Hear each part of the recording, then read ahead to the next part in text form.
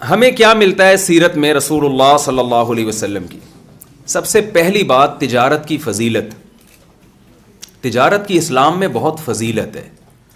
میں عرض کر رہا تھا کہ یہاں سیالکوٹ میں ایک تاجر تھے, میں بھول گیا وہ کون تھے. مجھے یہ بھی ہوتا ہے کہ وہ کہیں گے یار ہم سے کھانا بھی کھا لیا آپ نے اور پھر بھول گئے کھا کے بھول گئے. تو جو بھی اگر یہاں موجود ہیں تو ان سے معذرت. تو میں نے ان سے کہا آپ کی منتھلی ارننگ کتنی ہے؟ انہوں نے بتایا کہ جی اتنے لاکھ یا اتنے کروڑ جو بھی تھی. تو میں نے کہا اگر آپ محنت کر کے اس کو ڈبل کر لیں, 1 کروڑ کما رہے ہیں 2 کروڑ کر لیں. انہوں نے کہا ضرورت نہیں ہے کیونکہ اس میں میرا اچھا گزارا ہو رہا ہے, میں 1 کروڑ روپے کماتا ہوں یا 10 لاکھ یا 20 لاکھ جو بھی تھی, تو مجھے ضرورت نہیں ہے 1 کروڑ کی, اس کو میں ڈبل کروں, مجھے اس کی ضرورت نہیں ہے. میں نے کہا 1 کروڑ کی ضرورت ہے آپ کو جو آپ کما رہے ہیں, کیا اس کی ضرورت ہے؟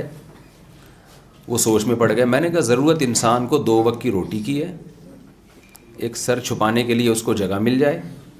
نبی صلی اللہ علیہ وسلم نے فرمایا کہ جس شخص کو سر چھپانے کے لیے جگہ مل جائے, جسم کسی بڑی بیماری سے محفوظ ہو اور 2 وقت اس کو کھانا مل جائے, تو ایسے ہے جیسے پوری دنیا کی دولت سمیٹ کر اللہ نے اس کے قدموں میں ڈال دی. وہ ناشکری نہیں کر سکتا کہ میرے پاس کم ہے, اللہ کا دیا بہت کچھ ہے.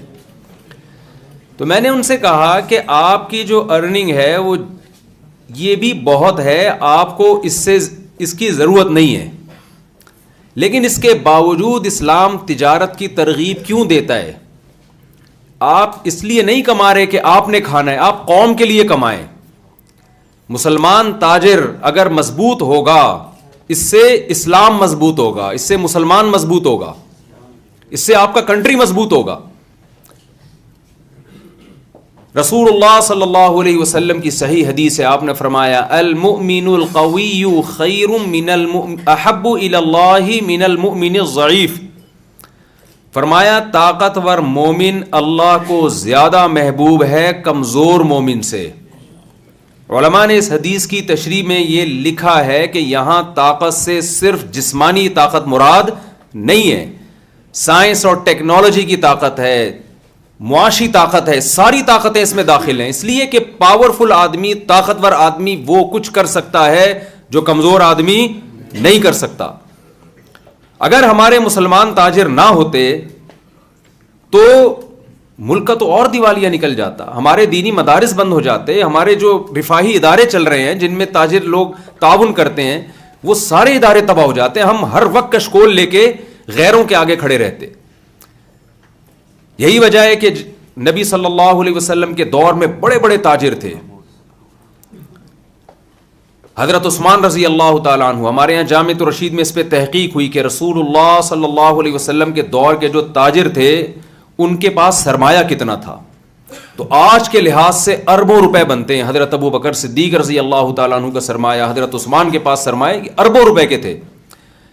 آپ دیکھیں نا, ایک موقع پہ نبی صلی اللہ علیہ وسلم اعلان کر رہے ہیں تبوک کے موقع پر, حضرت عثمان 100 گھوڑے یا 300 گھوڑے پیش کر رہے ہیں. گھوڑا اس زمانے کی لینڈ کروزر تھی, تو یہ 400 گھوڑے 400 اونٹ دے دینا, یہ اس کی علامت ہے کہ آپ کے پاس کروڑوں اربوں روپے کے سرمایے تھے.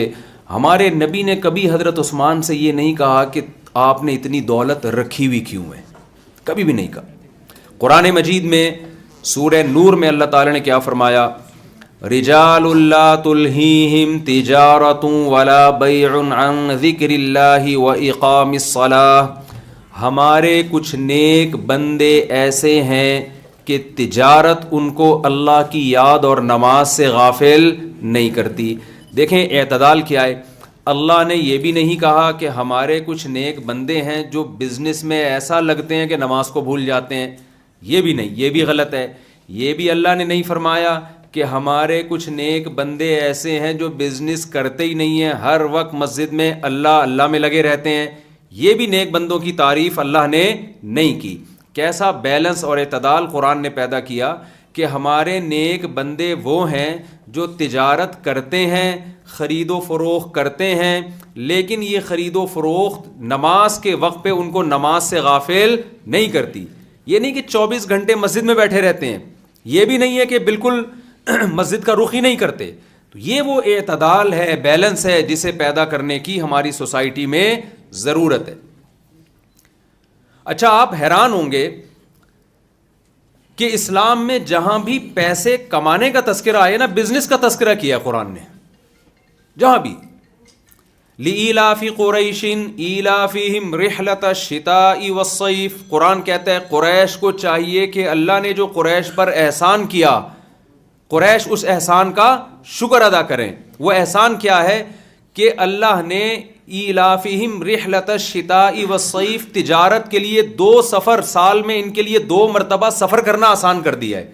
تو اللہ اہل قریش اور عربوں پر جو اپنا احسان بتا رہے ہیں، وہ کیا احسان کہ تم گرمیوں میں بھی بزنس کرتے ہو اور تم سردیوں میں بھی بزنس کرتے ہو. بتائیے اس سے بزنس کی فضیلت ثابت ہو رہی ہے کہ نہیں ہو رہی ہے؟ عام طور پہ کسی کا بزنس سردیوں میں چلتا ہے، گرمیوں میں نہیں چلتا. کسی کا گرمیوں میں چلتا ہے اور سردیوں میں نہیں چلتا. اگر آپ میرا ساتھ دیں گے نا، تھوڑا گردن ہلا کے یہاں ہوں کر کے، مجھے لگے گا میں ٹی وی میں نہیں آ رہا، میں سامنے بیٹھا ہوں نا. بعض دفعہ ٹی وی میں کوئی پروگرام آ رہا ہوتا ہے تو کوئی رسپانس ہی نہیں مل رہا ہوتا نا اس میں. تو اللہ نے سمندر کی نعمت کو بیان کیا. وہاں بھی اللہ نے فرمایا لِتَبْتَغُوا مِن فَضْلِهِ، تم سمندر کو مسخر کیا تاکہ تم اللہ کی روزی تلاش کرو، سمندر سے تجارت کرو. تو قرآن میں، حدیث میں ہمیں جہاں بھی ملتا ہے مال کمانے کا ذریعہ، وہ تجارت ملتی ہے، بزنس ملتا ہے.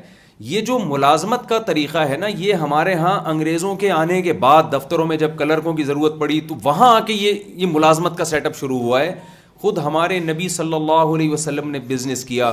حضرت خدیجہ رضی اللہ تعالی عنہ سے جو آپ نے نکاح کیا، اس کی وجہ سے اللہ نے آپ کے بزنس کو پروموٹ کیا، اور اس فضیلت کو قرآن نے بیان بھی کیا ہے. الم یجدک یتیما فآوی ووجدک ضالا فہدی ووجدک عائلا فاغنی. اے نبی، آپ مسکین تھے، اللہ نے آپ کو غنی کر دیا. تو غنی کیسے کیا؟ حضرت خدیجہ تاجر تھیں، حضرت خدیجہ کے پاس مال بہت تھا. آپ کو ایماندار تاجر چاہیے تھا جو اس مال کو ایمانداری کے ساتھ انویسٹ کر سکے.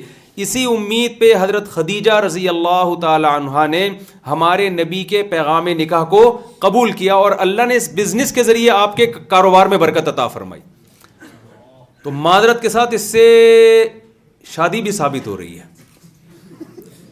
اگر اس زمانے میں ایک شادی کا رواج ہوتا، یہ درمیان میں تھوڑا سا گریوی کراچی کی زبان ہے، یہ پتہ نہیں آپ سمجھتے نہیں سمجھتے.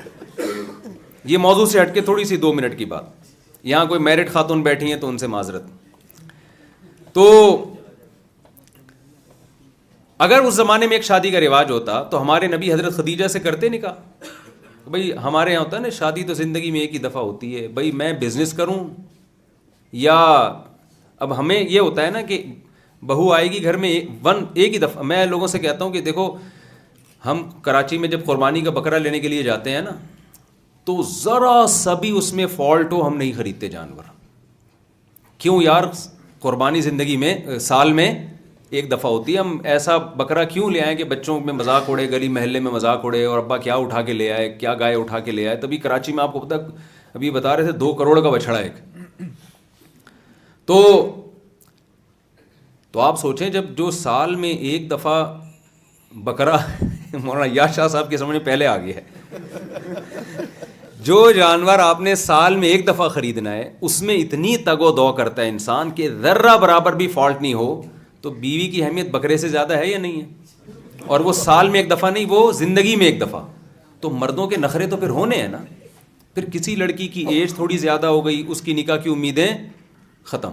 کوئی بیوہ ہو گئی، اس کی نکاح کی امیدیں ختم. کسی کو طلاق ہو گئی، اس کی نکاح کی امیدیں ختم. کوئی شکل کی تھوڑی سی دبی ہوئی ہے، اس کی نکاح کی امیدیں ختم. تو اگر آپ معاشرے میں زیادہ شادیوں کو پروموٹ کریں گے تو انسان کہے گا یار اس کی عمر زیادہ ہے، کوئی بات نہیں، بزنس پارٹنر بنا لو اس کو.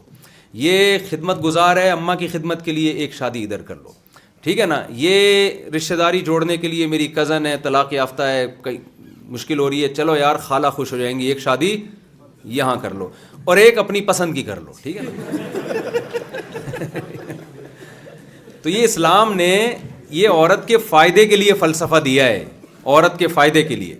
تو خیر اس میں عورت کو فائدہ ہے، خواتین یہ بات سمجھتی نہیں ہیں. تو میں یہ عرض کر رہا تھا کہ ہمیں قرآن میں، سنت میں 99% مال کمانے کا اگر کوئی ذریعہ ملتا ہے تو وہ قرآن نے تجارت کو فوکس کیا ہے. صحابہ بھی تاجر تھے. نبی صلی اللہ علیہ وسلم نے فرمایا, ایک روایت میں ہے کہ میری امت کے 10 حصوں میں سے اللہ نے 9 حصے روزی تجارت میں رکھی ہے. 9 حصے روزی تجارت. آج بزنس کو پروموٹ کرنے کی ضرورت ہے مذہبی اعتبار سے ہمارے یہاں. اچھا, میں ایسے ایسے تاجروں کو جانتا ہوں کہ افغانی تھے, انہوں نے اسکریپ کا کام شروع کیا, ادھر سے کچھ مل گیا اٹھا کے بیچا, اور ہوتے ہوتے محنت کرتے کرتے آج ان کا کروڑوں کا بزنس ہے. اور ایسے لوگوں کو بھی جانتا ہوں جن کے ابا نے لاکھوں روپے خرچ کر دیے اپنے بچوں کو بزنس پڑھانے کے لیے, ان کا ہزاروں کا بھی بزنس نہیں ہے. تو میں نے اسی تاجر سے سنا جو افغانی تھا نا, جو بیچارہ کچرا چنتے چنتے کروڑ پتی بن گیا. ایک دن مجھے کہنے, میں نے کہا آپ نے بزنس کتنا پڑھا ہے؟ اس نے کہا مفتی صاحب جو بزنس پڑھتا ہے وہ بزنس کے علاوہ دنیا کا ہر کام کر سکتا ہے. اب پتہ نہیں یہ صحیح اس کا تجزیہ تھا یا نہیں تھا. اس نے کہا بزنس جو پڑھ لے گا وہ بزنس کے علاوہ دنیا کا ہر کام کر لے گا. تو واللہ عالم, یہ تو آپ ہی کا, آپ بتائیں گے یہ صحیح کہا ہے کہ نہیں کہا. یہ کرنے سے آتا ہے نا, ظاہر پڑھنے سے نہیں آتا.